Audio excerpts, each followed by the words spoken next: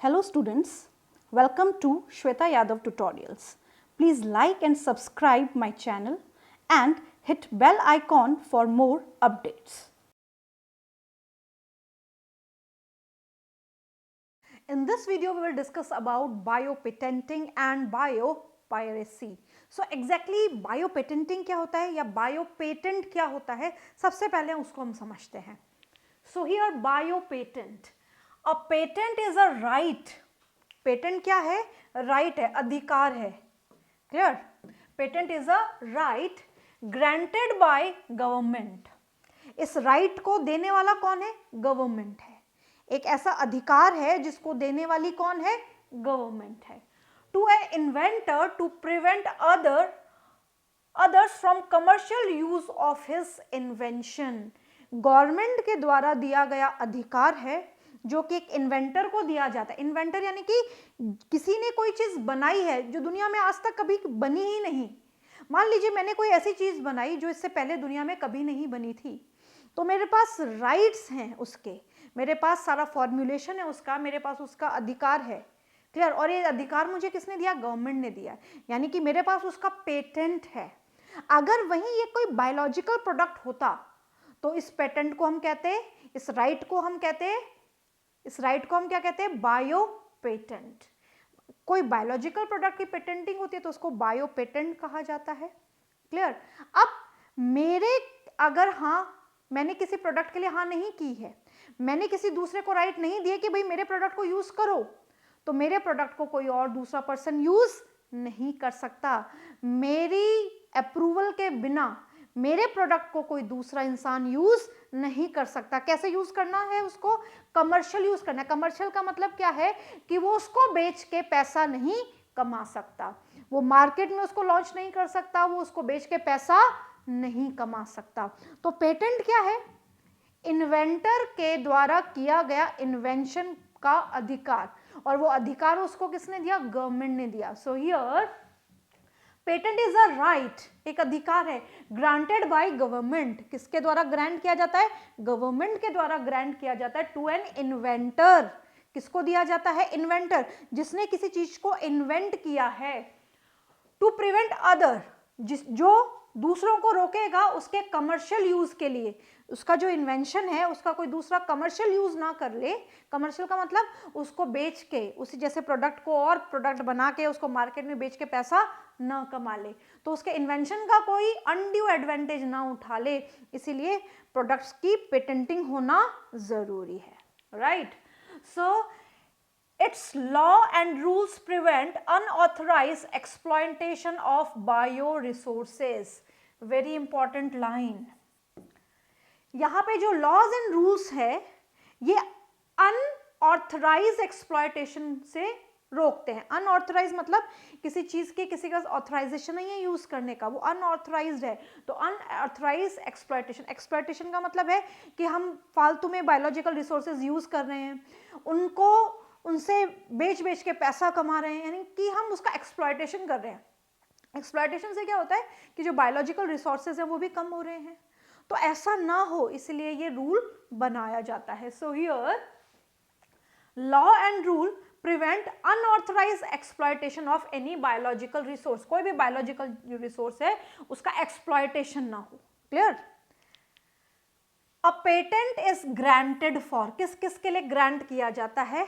एक इन्वेंशन के लिए, किसी ने कोई भी इन्वेंशन किया हो, किसी साइंटिस्ट ने कोई नई चीज बनाई हो, that is his or her invention. And improvement in an earlier invention. मैंने कोई काम किया, उस काम में फिर मैंने इंप्रूवमेंट करके उसको रीन्यू कर दिया, तो मेरे जो पिछला काम था, अर्लियर जो वर्क था, उसी को ही मैंने रीन्यू कर दिया, मेंटेन कर दिया उसको. इंप्रूवमेंट, जो भी अर्लियर इन्वेंशन था उसका इंप्रूवमेंट कर दिया, इम्प्रोवाइज कर दिया उसको. The process of generating product. Clear? Product को जनरेट करना.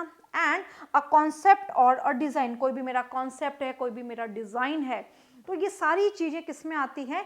पेटेंट में आती है. तो पेटेंट क्या है कि अगर मैंने कोई चीज बनाई है उसका कोई एडवांटेज ना उठा ले, उसको कोई मार्केट में ना बेच दे मेरी परमिशन के बिना, तो एक पर्टिकुलर पेटेंट या बायो पेटेंटिंग क्या होता है कि कोई भी बायोलॉजिकल प्रोडक्ट बनता है उसका अधिकार मेरे पास है और मेरे राइट के बिना यानी कि मेरी हाँ के बिना कोई मेरे प्रोडक्ट को यूज नहीं कर सकता, उसको कमर्शलाइज नहीं कर सकता। मान लीजिए करता है और मैंने उसमें हाँ कर दी तो नेचुरली मुझे उसकी ग्रेच्युटी मिलेगी, यानी कि मेरा कोई ना कोई % उसमें जरूर होगा क्योंकि प्रोडक्ट मैंने बनाया है। और मेरे प्रोडक्ट में नेचुरली या कोई भी कोई प्रोडक्ट बनाता है और वो अपना प्रोडक्ट मार्केट में लॉन्च करने के लिए किसी दूसरे को हाँ बोलता है कि तुम मेरे प्रोडक्ट को लॉन्च कर सकते हो, तो बदले में उसको क्या मिलेगी, उस प्रोडक्ट के 5 या 10% जो भी वो लेना चाहे इक्विटी ग्रेच्युटी वो ले सकता है। Clear? So here biopiracy, next very important point. A biopiracy is a term used to refer for the use of bioresources by multinational companies and other organizations without proper authorization. यानी कि ये bio patenting को खत्म करता है। मान लीजिए मैंने कोई चीज बनाई और वो मेरी परमिशन के बिना कहीं और चली गई, कमर्शियल हो गई, मार्केट में चली गई, यानी कि चोरी हो गई। तो पायरेसी का मतलब है चोरी होना। और अगर हम बोले बायोपायरेसी है, इसका मतलब कोई बायोलॉजिकल प्रोडक्ट की अनऑथराइज्ड तरीके से, इलीगल तरीके से चोरी होना इज नोन एज बायोपायरेसी। तो बायोपायरेसी में क्या है कि बायो रिसोर्सेज को मल्टीनेशनल कंपनीज के द्वारा यूज किया जाता है या किसी और ऑर्गेनाइजेशन के द्वारा यूज किया जाता है बिना किसी प्रॉपर ऑथराइजेशन के, बिना किसी ऑथराइजेशन के यूज किया जाना। From the countries and the people concerned without compensatory payment. मान लीजिए मेरे प्रोडक्ट को, मैं इंडिया में रहती हूं, अगर मैंने कोई इन्वेंट किया है और उस इन्वेंशन को मेरी परमिशन के बिना कहीं और यूज में लाया गया, क्योंकि मैं ये भूल चुकी थी कि इसकी पेटेंटिंग भी करानी होती है, मुझे ये पता नहीं था कि मुझे इसकी पेटेंटिंग भी करानी होती है, तो मैंने उसकी पेटेंटिंग नहीं कराई। और मैंने उसकी पेटेंटिंग नहीं कराई और उसी प्रोडक्ट को किसी और ने इलीगल तरीके से यूज करके कमर्शलाइज कर दिया, तो इसका मतलब वो पायरेसी हो गई। अगर मैंने कोई बायोलॉजिकल प्रोडक्ट बनाया और मेरे प्रोडक्ट को मैंने पेटेंट नहीं कराया, उसकी बायो पेटेंटिंग नहीं कराई और किसी दूसरे पर्सन ने किसी अदर कंट्री में उसको जाके कमर्शलाइज कर दिया, वैसी बहुत सारी कॉपीज बनाई और मार्केट में उसको बेच दिया या उसको यूज किया, तो वो हो गई बायोपायरेसी। अब उस बायोपायरेसी में मैंने क्योंकि पेटेंटिंग उसकी नहीं कराई थी, तो मैंने उसकी पेटेंटिंग नहीं कराई थी, तो इसके लिए वो चीज अब मेरे अधिकार से खत्म हो गई। क्लियर है? तो इसके भी हम आगे डिस्कस करेंगे कि इसमें क्या क्या हो सकता है। तो यहाँ पे multinational companies unauthorized without proper authorization चीजों को यूज कर सकती है। From the countries and the people concerned without compensatory payment, या कोई और लोग भी इसको यूज कर सकते हैं बिना पैसा दिए। मतलब किसी प्रोडक्ट को किसी ने बनाया और किसी और ने यूज कर लिया बिना पैसा दिए, कोई कंपनसेशन नहीं दिया, कोई पैसा नहीं दिया और यूज कर लिया, इसी को हम बोलते हैं biopiracy. Right? Biopiracy of basmati rice.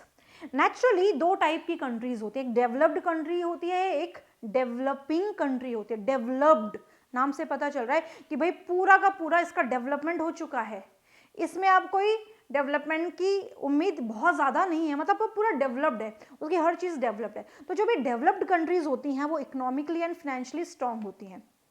अब इकोनॉमिकली एंड फाइनेंशियली वो स्ट्रांग है, बट उनके पास बायोडाइवर्सिटी कम होती है। बायोडाइवर्सिटी के साथ साथ उनको ये भी नहीं पता कि हमें अपनी पुरानी चीज़ को, अपने ट्रेडिशनल चीज़ों को कैसे यूज़ करना है, किस तरीके से अपनी चीज़ों को यूज़ करना है। वहीं जो डेवलपिंग कंट्री है, जैसे हमारी इंडिया है, तो डेवलपिंग कंट्री में इकोनॉमी या फिर हम कह सकते हैं कि फिनेंशियली बहुत ज़्यादा स्ट्रॉन्ग या रिच नहीं होती, बट बायोडाइवर्सिटी हमारे पास बहुत है। हमें ये पता है कि हमें किसी भी चीज़ को ट्रेडिशनली कैसे यूज़ करना है।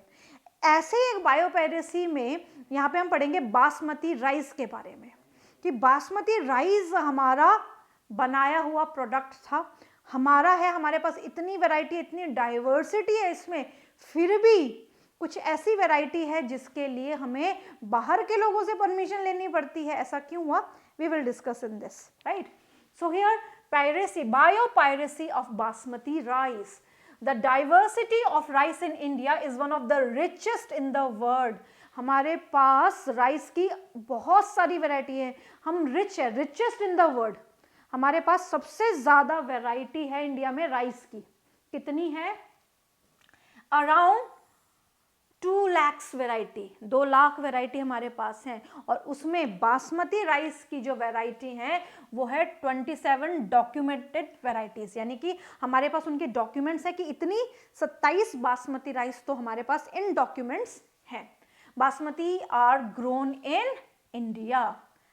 Now in 1997 the American company got patent right on the new basmati rice through the US Patent and the Trademark Office।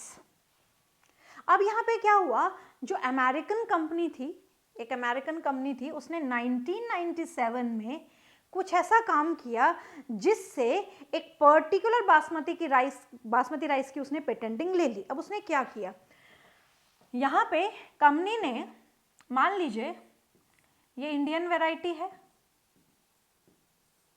ये इंडियन वैरायटी है, इसका क्रॉस कराया अमेरिकन वैरायटी से। यहाँ पे रेड ले लेते हैं, ये अमेरिकन वैरायटी है राइस की, अमेरिकन वैरायटी, इन दोनों के क्रॉस से न्यू वैरायटी बनाई। ऑल्दो ये हाइब्रिड थी, बट इस न्यू वैरायटी का पेटेंट किसके पास था? अमेरिका के पास। किसके पास था? अमेरिका के पास। तो ये जो नई वैरायटी बनी इन दोनों के कॉम्बिनेशन से, उसका पेटेंट अमेरिका के पास था। तो American company got patent right on the new basmati rice. ये जो न्यू बासमती राइस की वैरायटी थी, इसका पेटेंट किसके पास था? यूएस के पास था। थ्रू द यूएस पेटेंट, किससे लिया इसने? यूएस पेटेंट से। एंड ट्रेडमार्क ऑफिस, किससे लिया? ट्रेडमार्क ऑफिस से। This new variety of basmati had actually been derived from Indian basmati, was crossed with semi-dwarf variety। यहाँ पे जो इंडियन वैरायटी थी, इसके साथ किसको क्रॉस किया गया? इसके साथ सेमी डॉर्फ वैरायटी को क्रॉस किया गया, अमेरिकन वैरायटी की, और न्यू वैरायटी तैयार की गई। Similarly, several attempts have also been made to patent of turmeric and neem. ऐसे बहुत सारे अटेम्प्ट्स और भी बनाए गए, किस किस के लिए? हल्दी और नीम के लिए। इसका मतलब क्या है भाई? प्रोडक्ट हमारे पास वो उग रहा है, सालों से हम उसको उगा रहे हैं, बट उसके साथ थोड़ा सा मॉडिफिकेशन करके उसका पेटेंट अमेरिकन कंपनी ने ले लिया। अगर अब हमें उस पर्टिकुलर को खरीदना या बेचना है तो हमें किसकी परमिशन लेनी पड़ेगी? हमें अमेरिकन कंपनी की परमिशन लेनी पड़ेगी। यानी कि अब वो अमेरिकन पेटेंट हो चुका है, यानी कि अब यूएस पेटेंट में वो आ चुका है। तो प्रोडक्ट हमारा कमर्शलाइज कोई और कर रहा है, कमर्शलाइज इन द सेंस कि पेटेंट किसी और के पास जा चुका है। तो इसी तरीके से हमने यहाँ पे ये भी देखा कि नीम और टर्मरिक की पेटेंटिंग भी अदर कंपनीज ने कराई। होने को तो इंडियन वैरायटी थी, बट वहां पे बायो पेटेंटिंग किसी और ने कराई, क्योंकि हमने समय पे वो पेटेंटिंग नहीं की। वो बायो पेटेंटिंग जो समय पे की जानी चाहिए थी वो हमने नहीं की। क्लियर है? तो इसी को हम क्या कहते हैं? Biopiracy. How to control biopiracy? किस प्रकार से बायो पायरेसी को कंट्रोल किया जा सकता है? The Indian parliament have recently cleared the second amendment of the Indian patent bill that takes such issues into consideration। जो पेटेंट बिल है, इसका जो सेकंड अमेंडमेंट है, पेटेंट बिल के भी किसमें? सेकंड अमेंडमेंट में ये सारी चीजें क्लियरिफाई की जा चुकी है। क्या क्लियरिफाई की जा चुकी हैं? Including patent term, emergency provisions and research and development initiative. यानी कि जो भी चीज हम कर रहे हैं, जो हमारे पर्टिकुलर कंट्री में ग्रो हो रहा है वो हमारा ही पेटेंट है, उसको हमारी परमिशन के बिना कोई यूज नहीं कर सकता। तो इंडियन गवर्नमेंट ने इसके बारे में सोचा और पेटेंट बिल के सेकंड अमेंडमेंट में ये सारी चीजें कंसीडर की। तो इस तरीके से हमने ये देखा कि बायो पेटेंटिंग क्यों जरूरी है और बायो पायरेसी से क्या नुकसान हो सकता है, या बायो पायरेसी क्या होती है। नेक्स्ट वीडियो में हम पढ़ेंगे बायो रिमेडिएशन के बारे में।